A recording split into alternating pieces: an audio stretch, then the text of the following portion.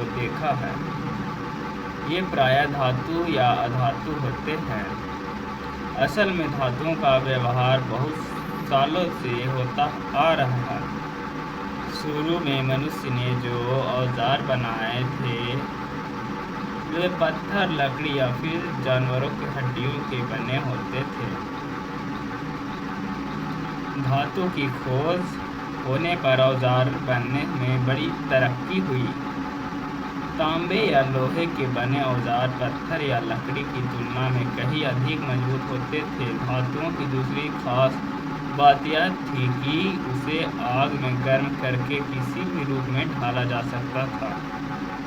सोना, तांबा, चांदी, सीसा, टीन, लोहा, पारा क्रमशः 7 प्राचीनतम प्राप्त धातुएं हैं जिन्हें आप लोग व्यवहार में देखते होंगे। इन सभी धातुकर्म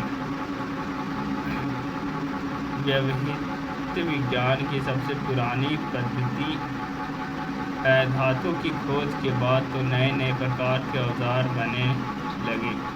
इसी तरह हथौड़ी भी लोहे की बनी। क्रियाकलाप फर्स्ट देखते हैं। एक कील ले और इसे अपने अंगूठे की सहायता से लकड़ी के पट्टियों में गाड़िए। क्या आप ऐसा कर पाते हैं? हाँ या नहीं? तो नहीं। अब एक कील लेकर किसी पत्थर की मदद से पट्टी में गाड़ने की कोशिश कीजिए। क्या आप ऐसा कर पाते हैं? हाँ, थोड़ा बहुत।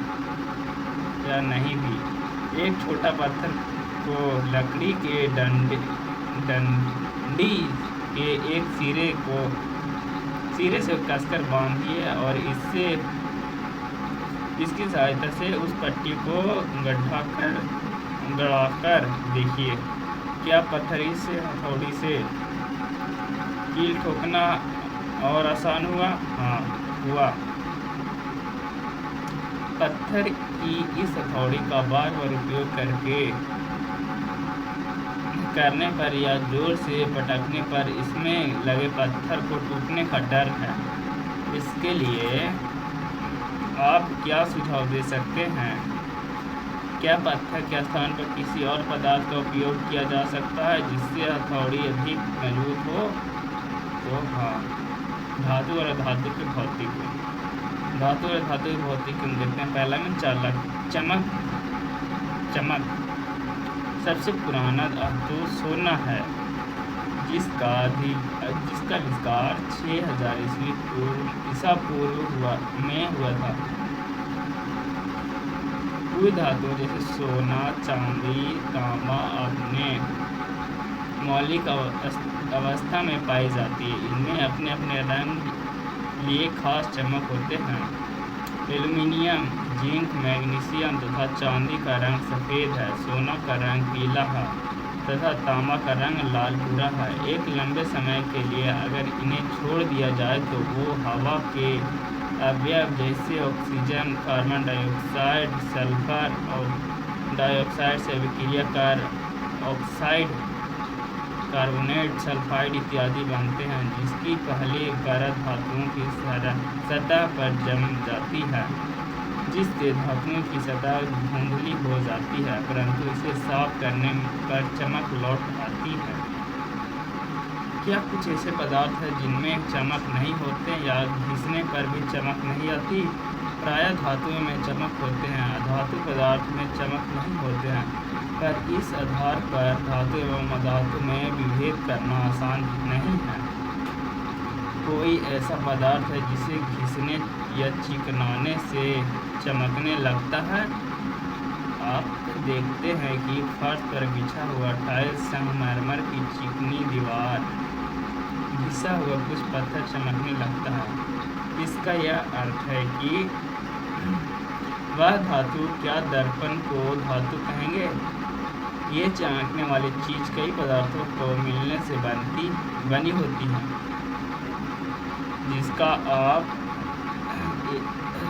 अपना एक रंग एवं चमक होती है। धातु एवं अधातु के समझने के लिए इनके कई गुणों को परखना होगा जिसके आधार पर दोनों के बीच विभेद करना आसान हो सकेगा। ठोस। पहला हम चमक का गुण देखें, दूसरा हम ठोस का गुण देखते हैं। कुछ पदार्थ जैसे iron, copper, aluminium, magnesium, lithium, sodium, potassium आदि को देखते हैं तो हम पाते हैं कि मरकरी, जो कि जिसको पारा हम लोग बोलते हैं, पारा को छोड़कर सभी धातुएं समान तापक्रम पर ठोस अवस्था में पाए जाते हैं। तीसरा में हो गया पीटने पर फैलना। अपने अपने आसपास लोहार के फावड़ा, बेलचा, कुल्हाड़ी आदि बनाते हुए देखा होगा। ये लोहे के टुकड़े को पीट कर बनाए जाते हैं। क्या लकड़ी के तख्ते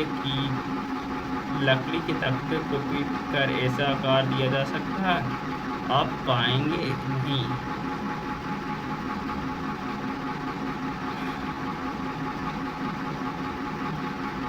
एल्यूमिनियम का तार हो जाए चपटा हो गया। लोहे की कील भी चपटा हो गया। कोयला का टुकड़ा हो गया, कोयला का टुकड़ा का टुकड़े हो गए, चपटा नहीं हुआ। आपने देखा कि लोहे की कील और एल्यूमिनियम का तार पीटने पर शीट में बदल गया, अर्थात पीटने पर उसके आकार में वृद्धि हो गई, किंतु उसके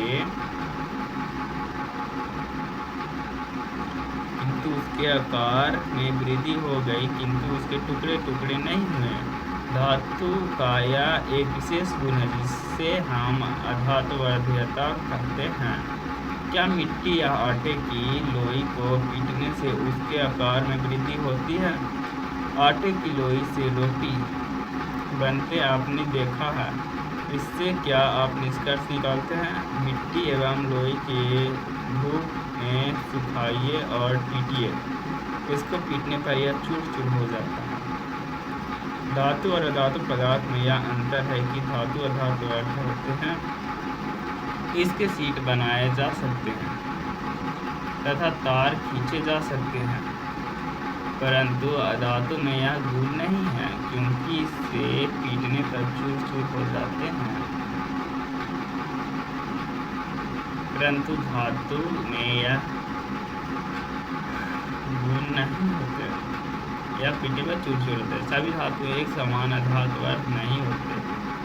चौथा में देखते हैं उष्मा चालक। आप गर्म वस्तुओं को कैसे पकड़ते हैं? जैसे रसोई में चाय बनाते वक्त या प्रेशर कुकर को हाथ से, जिसमें प्लास्टिक या लकड़ी लगे हो तो हाथ नहीं जलता है।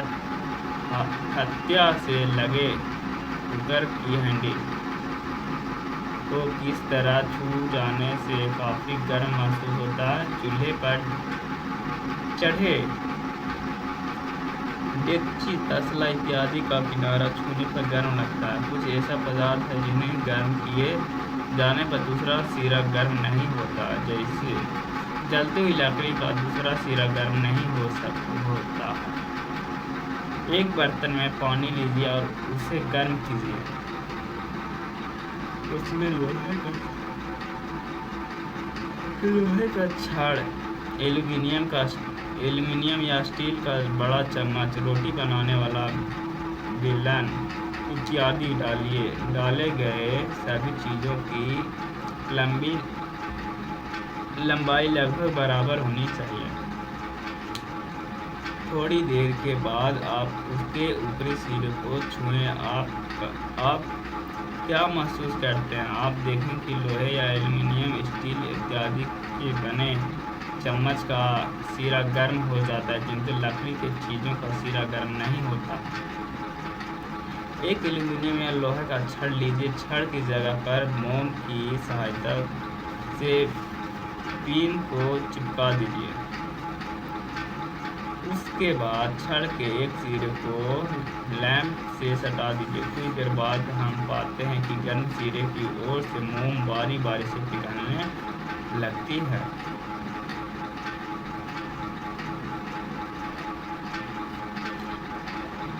और एक एक करके पिन गिरते हैं।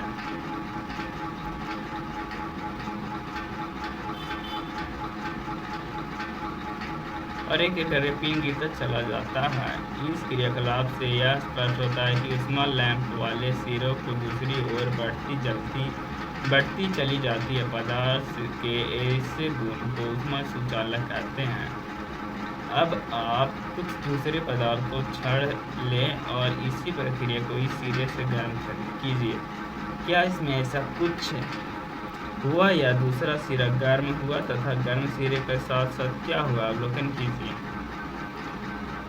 यदि ऐसा पदार्थ एल्यूमीनियम एवं लोहे जैसे गुण दर्शाते हैं तो वह धातु की श्रेणियों में आएगा। यदि ऐसे गुण नहीं है तो वह अधातु है। धातु की ऊष्मीय चालकता के कारण उनका उपयोग भोजन बनाने के बर्तन बनाने में किया जाता है। चांदी और कॉपर ऊष्मा के सबसे अच्छे चालक हैं, जबकि लेड, शीशा एवं पारा मरकरी तो ऊष्मा के सबसे कम चालक हैं। पांचवा में देखते हैं विद्युत चालक। किसी पदार्थ को किसी विद्युत चालक की जांच के लिए ऊपर दिए गए उपकरण को ले लेते हैं। जिस धातु की विद्युत चालकता की जांच करनी होती है उसी उपकरण को A तथा B के बीच क्लिप से फंसा देते हैं। यदि बल्ब जल उठता है तो सुचालक और अगर नहीं जाता है तो विद्युत का कुचालक। धातु विद्युत के सुचालक होते हैं जबकि अधातु विद्युत के कुचालक। उपयुक्त क्रियाकलापों के आधार पर आप स्वयं पाते हैं कि कौन पदार्थ धातु और अधातु, कौन पदार्थ अधातु है तथा इसे तालिकाबद्ध कीजिए।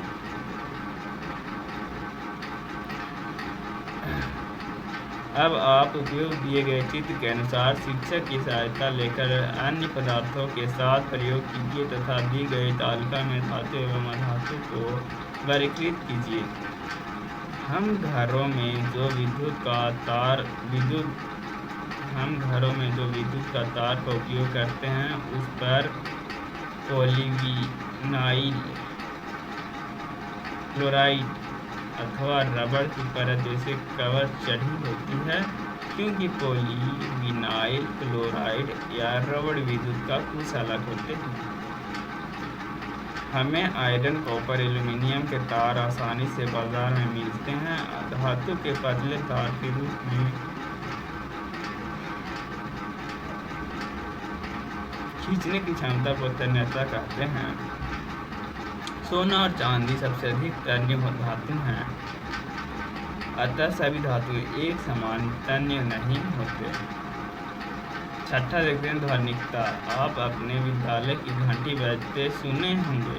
घंटी लोहे की प्लेट या धातु के बने होते हैं। सिक्के को जमीन पर गिराते देखा होगा या नहीं तो गिराकर देखिए। कुछ धातुएं को कठोर सतह पर टकराने पर एक प्रकार की आवाज़ उत्पन्न होती है। इस कारण इसे ध्वनि कहते हैं, क्योंकि इसकी आवाज़ कुछ क्षण तक सुनाई देती है। कोयले का टुकड़ा जमीन पर गिराकर और धातु की प्लेट जमीन पर गिराकर दोनों से उत्पन्न ध्वनि का अंतर को ध्यान दीजिए। क्या आप जानते हैं सोना एक कोमल सुनहरे रंग का कीमती धातु है।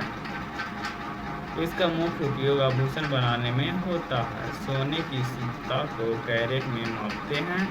शुद्ध सोना 24 कैरेट का होता है। आभूषण बनाते समय शुद्ध सोने में कम कीमत धातु तांबा या चांदी थोड़े से मिला दी जाती है, जिससे वह कुछ कठोर बन जाता है। ये 22 कैरेट के होते हैं, जिसका अर्थ हुआ 22 भाग सोना और 2 भाग तांबा या चांदी का।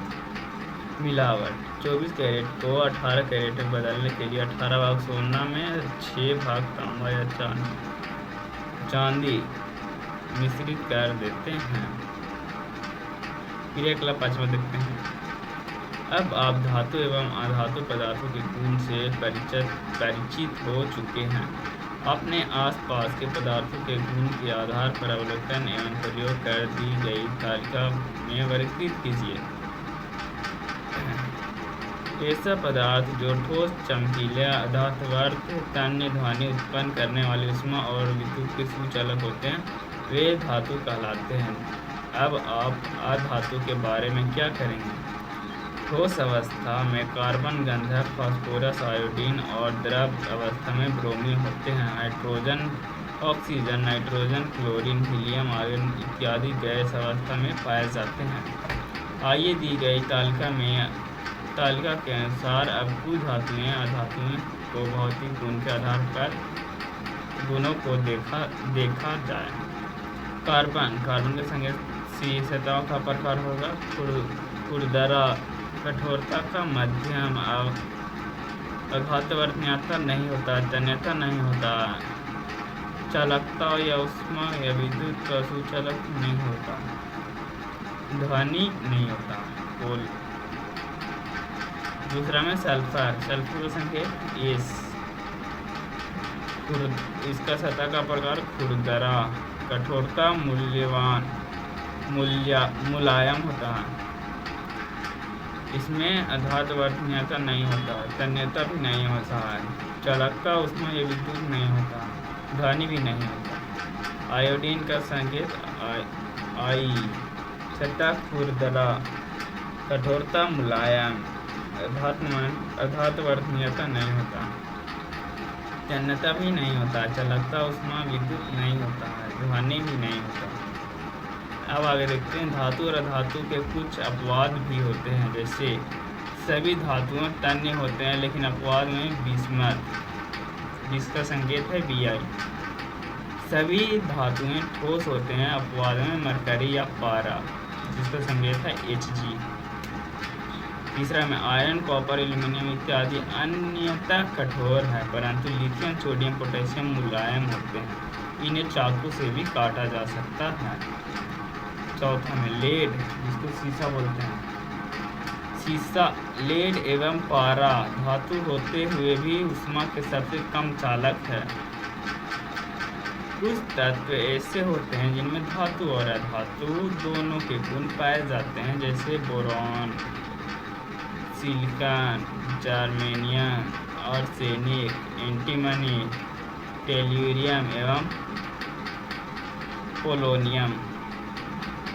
सभी धातुएं विद्युत के कुचालक है, अपवाद में ग्रेफाइट अधातु होते हुए भी विद्युत का सुचालक है।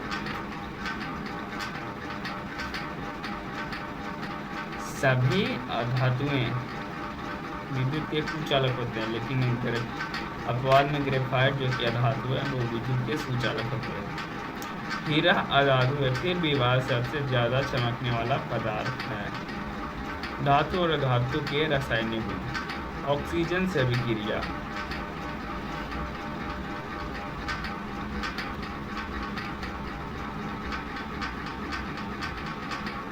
आपने पिछली कक्षा में पढ़ा होगा और देखा भी होगा कि खुरपी,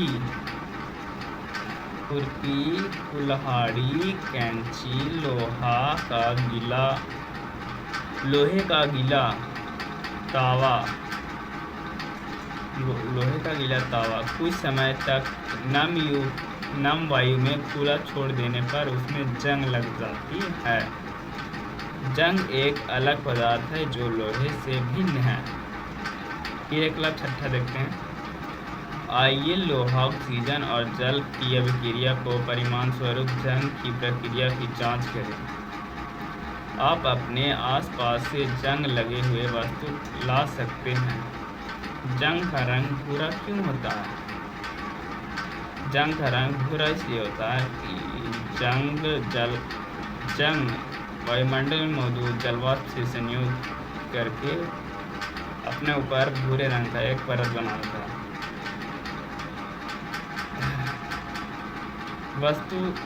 जंग लगी हुई वस्तु ला सकते हैं। जंग का रंग भूरा होता है जिसे चाकू से खरोंच कर कागज में जमा कर जांच के खुरचने की जांच की गिलास में लीजिए तथा उसमें थोड़ा जल मिलाइए जिससे घोल बन जाता है।